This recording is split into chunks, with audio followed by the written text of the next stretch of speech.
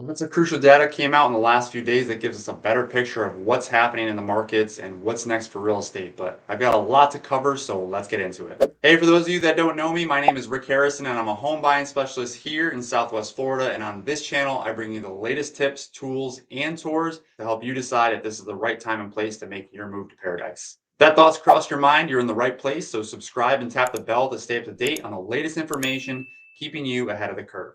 So our first story is a continuation of last week where I covered PacWest and a couple other banks who were in dire straits as far as potentially crashing. And now this week we are continuing with that, leaving off where PacWest shares crashed after the report of deposit flight accelerated last week. So despite all the protestations from talking heads, it appears the reality is that the U.S. bank deposit run is far from over. We're going to go into a story in a little bit too that shows that it's probably going to accelerate even further in one of the sectors of real estate. So stay tuned for that. Deposits declined about 9.5% during the week ended May 5th. A majority of that decline occurring on May 4th and 5th after the news reports on the afternoon of May 3rd, which is one of the stories that I covered last Thursday. We had a lot of data come out this week too. We had CPI data come out, PPI data as of today actually, and then we also had the jobless claims data come out from April. So we're going to go over those three stories right now, starting off with CPI here. The thing that we're looking at with the CPI data as far as real estate is concerned is what is happening to the bond market, where people are fleeing to the stock market or from the bond market or vice versa. Because that is going to be what affects the mortgage interest rates for many of the home buyers out there looking to buy a home. And that's going to either decrease the amount of buyers in the market or increase. And that is going to also determine what the inventory is like, as well as where prices are going to be heading next. So a slight softening in the CPI sparked a panic bid. So people fled to the stocks, bonds, gold, and crypto as the rate hike odds tumbled. So now with this new CPI data coming in actually lower than expected, adding on to that with the PPI and jobless claims, we are starting to see things move in the right direction as far as what the Fed is looking to see. And with that comes the odds of rate hikes continuing to decline. So what we're looking at right now, according to this article and several other talking heads throughout the mainstream media, is we're looking at taking a summer vacation from interest rate increases. So that doesn't mean they're going to cut rates, but it does mean that they are looking over the next 3 months or so to pause any more rate hikes to see how things unfold from there. With that happening, Treasury yields plunged today with the short end notably outperforming. This is why this all matters, all this data matters, because when Treasury yields plunge, like they did, and they have been, that is going to bring mortgage rates down. What happens when mortgage rates go down? It makes things more affordable for home buyers. And when home buyers see that there's an opportunity for something that's more affordable,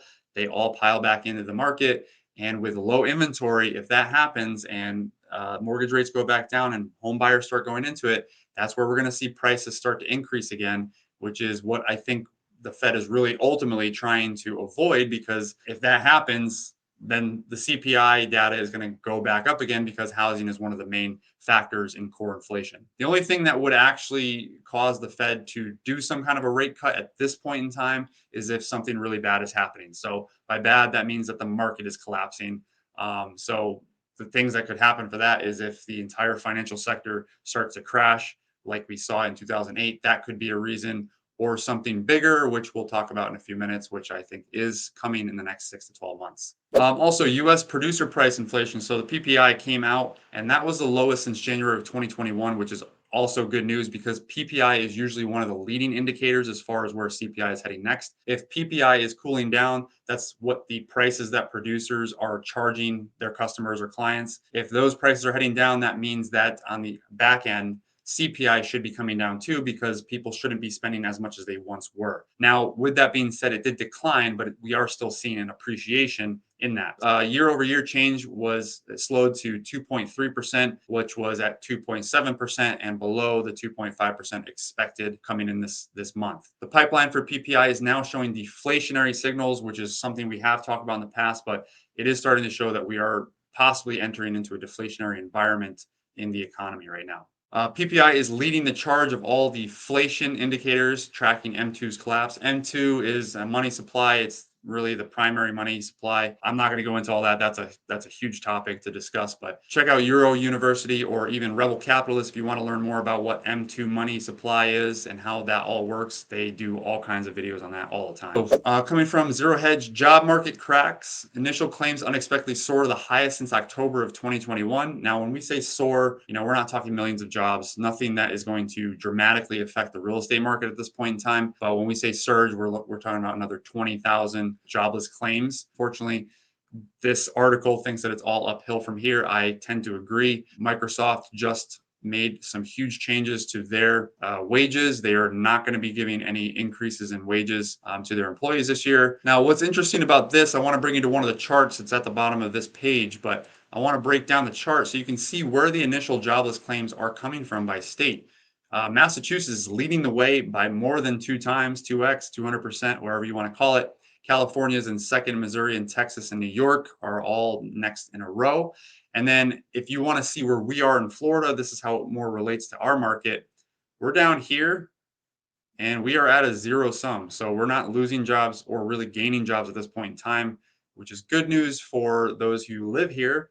But for those of you who are trying to move here or trying to buy a home, that is not great news because that is showing that our economy here is a little bit isolated and very resilient to any changes that are happening with the with the Fed or the economy as a whole. All right, so here's the real big story, and this is something we have talked about in several videos in the past, but commercial real estate sector is a $21 trillion market right now, and there are a lot of office buildings who have still not recovered. Their vacancy rates are extremely high. All of that is really starting to compound. So kind of just to put this in perspective, we've been on a 131-month run of ever increasing prices, which is, as you probably know, is completely unsustainable. It's too early to say, but it appears that despite the high rates, the residential market is stabilizing. We have been talking about that. If you stick around to the end, I will go over the local market stats, which suggest that Southwest Florida is really stabilizing for the most part, as we've been seeing, and we're not seeing any drastic swings to a buyer's or seller's market right now. Not quite so pretty for commercial real estate, particularly office space. Pandemic and lockdown shuttered a lot of businesses, many permanently, and this led to a general deterioration of existing stock and reduced demand for office space. Work from home has become more prevalent in recent years. COVID only accelerated that. And then a noticeable increase or notable increase in crime in many cities. So the issue with crime predominantly affects retail, but it also hinders office spaces because in downtown areas, employers tend to pay a premium for those office spaces because of the popularity of those areas. And as the popularity declines because of crime, so does that premium, which means that those people who took out loans for office buildings that were valued at a certain price with a bigger vacancy rate and businesses not finding that more as profitable, they're not going to be able to refinance because those buildings no longer have the same value that they once had when they first got their loan. So now they're going to be underwater or having to face the reality of refinancing or sticking with their current rates, a much higher rate, which is going to decrease their cash flow probably into the negative where they are underwater. Many of the firms that signed leases in 2017, 18, and 19 are stuck in those leases for a few more years, but all signs point towards a large number of them leaving after the end of their lease, which means those owners of those buildings are not going to have, they're going to have a huge vacancy rate, like we just said, and they're also going to be facing higher rates to pay their mortgages or to pay their loans off. So if you think vacancy is high now, buckle up because in the next 6 to 12 months, we're probably going to see a lot of those start to come due and a lot of those leases being terminated, which means higher vacancy rates in the future. Next story, global luxury home prices did something that they haven't done since 2009. So if you're in the luxury market, this is maybe a good thing for you, but probably not for our area in Southwest Florida. The luxury home prices in 46 cities across the world slid 0.4% year over year in the first quarter, the first drop since 2009. Obviously not a great year, and is a steep decline from 10% growth in the fourth quarter of 2021. So that's obviously slid quite a bit. But on the other side of that, inversely, luxury homes prices were higher in Dubai and Miami. And Miami is just across the way. It's only about an hour and a half, 2 hour drive over there. So, we're around the same type of market. There's high demand here in Southwest Florida. And unfortunately, prices are still actually increasing right now. All right, let's head over and take a look at the interest rates. So this is the bond, the 10-year bond, and this is what we usually keep an eye on due to mortgage rates and where they're heading. We're going to see in the next slide, mortgage rates did go back up, but they are now heading back down because everybody is jumping back into the bond market upon all all the news that's coming out and all the data. So the bond market did fall. Actually, over the last 2 days, it's fallen quite a bit. So that means that mortgage rates next week, this at the end of this week and probably going into next week, will be falling again. So it could be a potential time to lock in rates. If you are looking at buying, you may want to talk to your lender about locking in those rates because we don't know where things are heading next. However, if you look at this, really, if you look at the trend line here, rates are declining. It's a very slow trend line, but they are on the way down. And I think that personally, I think that is going to continue for quite a while.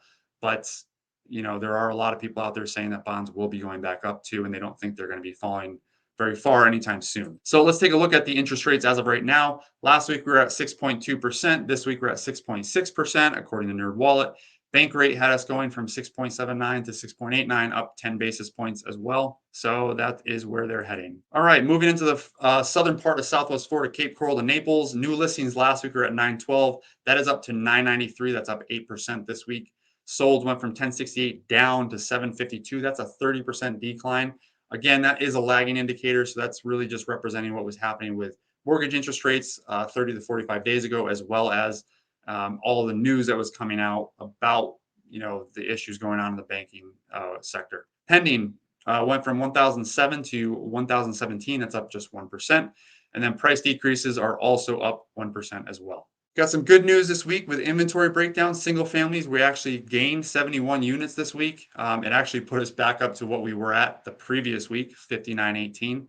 Condos also up 28 units. So we had a net loss of 80 last week. We have a net gain of 99 this week, which is great news. Multifamilies went from 100 to 104, up 4. Foreclosures, really not much of a change, but we did gain 1.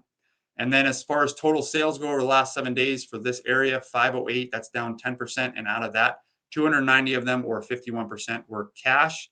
That is also a decrease in the amount of cash sales. As far as percentages go, we were at 54% of cash sales last week. We are down to 51% cash sales this week. Breaking down the stats from April, we did just get these released. So I just wanted to touch on a few of the more important ones. Median sales price is actually down from March of 2023. Keep in mind, this is last month's data a couple weeks ago.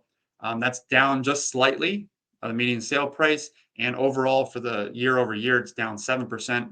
Closed sales were also down 10% from last month. And then median days on market is up 1.7%. So things are sitting a little bit longer. We are seeing less sales over the last 30 to 45 days. And we're also seeing the median sales prices start to decline a little bit. All right, moving on to new listings for this area, down 16.7%. So while we are seeing the new listings down, we're also seeing a lot less buyers in the market too, right? So the inventory is actually still increasing a little bit, as you can see on the bottom one.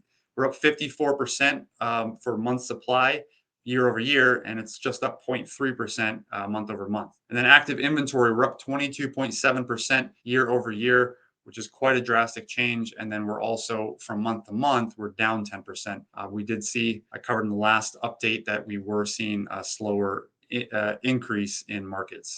As always, we've got a lot to keep an eye on, and that's exactly what I do on this channel every week. So don't forget to subscribe. And if you have questions, let me know in the comments, or you can call, text, or email me anytime, as many of you do. My contact info is in the link in the description. Thanks again for watching. I hope to see you in the next video. But until then, stay safe, stay positive, and more importantly, stay free.